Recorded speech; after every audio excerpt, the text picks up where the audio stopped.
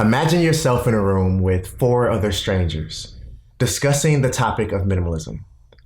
How do you think that a conversation would go?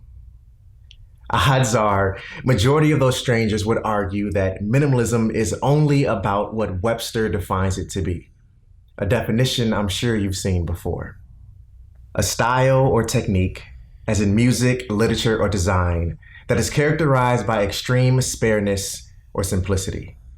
Now, I'm sure you know by now from watching my content that I believe that minimalism expands so much further than just physical simplicity.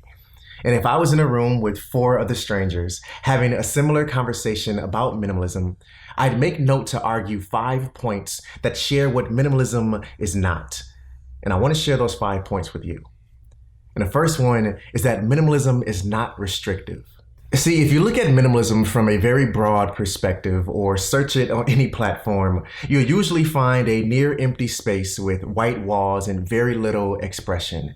And one would think that in order to be minimalist, you can't have anything more than this, making it very restrictive. But the reality is that minimalism is not restrictive at all. And it looks very different for everyone. Because minimalism is about owning and bringing things into your life that you value and that add value to you, not restricting yourself of everything.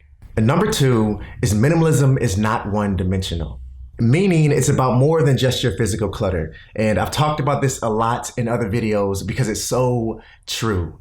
Our clutter is so much bigger and runs so much deeper than just our physical space. We have mental clutter, we have emotional clutter that we also need to learn about and understand and let go of. Number 3 is minimalism is not cold and uninviting. Okay, yes, your decor can have an effect on the emotion of your space, but it runs so much deeper than that. What makes a space cold and uninviting, honestly, is the individual or the people living in it. Remember, you're still you. You still have your expression, your personality, and your uniqueness. So embrace that. And when you do, regardless of what space you're in, you can help make that space feel warm and inviting because you're in it, because you're being you. Number 4 is that minimalism is not for families. It's only for single people. See, families can live minimalist and simple lives as well. Now, yes, it's going to look different when compared to someone who is single.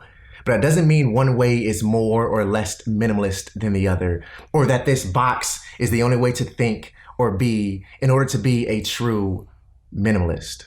Now, before I share the last point that I have on my list, if this is your first time tuning in, welcome. I'm really glad to have you here. If you're enjoying this conversation and you want to see more conversations like this one, make sure that subscribe button down below and tap the bell so you're notified every time I drop a new video. So number 5 is that minimalism is not emotionless and boring. Simply put, you can still love things and have hobbies as a minimalist. I mean, this is what makes you uniquely you. The exact reason why I remind you in all of my videos to stay true to you. See, if you think my life is boring, it's because we simply don't value the same things, and that's okay, right? If you enjoyed this video, make sure you give a thumbs up for me. Again, if it's your first time tuning in and you also enjoyed it, make sure that subscribe button down below. And always remember, like I always say, to stay true to you. I'll see you in the next one. Peace.